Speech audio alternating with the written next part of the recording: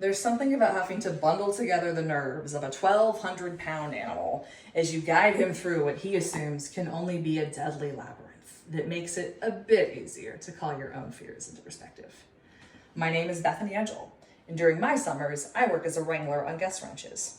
That means I care for around 100 horses and guide people safely on wilderness trails. One horse I rode often was Bandito, and through him I learned that while fear is contagious, so is calm. And by grounding ourselves in the present, we can tame our fears.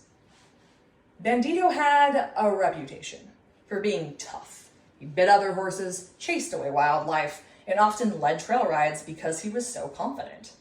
But one evening, as our sunset ride went long and the desert went dark, I learned that even the toughest can be undone by fear.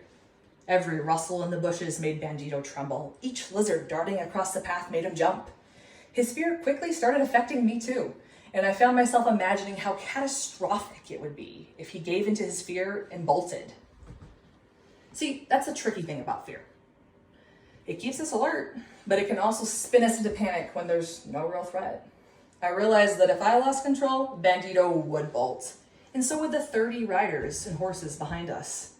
The only way forward was to calm myself first. I slowed my breathing, relaxed my body, and pictured us making it back safely. Horses mirror their riders, and as I steadied myself, Bandito steadied too. However, the ride wasn't over yet. Our moment of truth came when a hiker suddenly jumped out of the dark and onto the trail directly in front of us, waving his arms frantically. Bandito immediately began to dance nervously beneath me, desperate to run from the jump scare. Because I was calm, Bandito felt my energy and relaxed once more. I was then able to give the lost hiker directions and keep everyone safe. That night taught me something important. Fear is contagious, but so is calm. Just like my horse, we as college students face uncertainty, classes, internships, relationships, and a future that often feels unpredictable.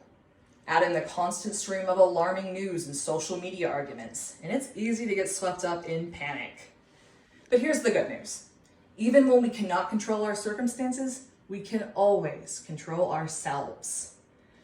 By breathing deeply and grounding in the present, we tell our bodies we are safe and ready to face whatever comes. Challenges are always easier when we meet them with calm instead of fear.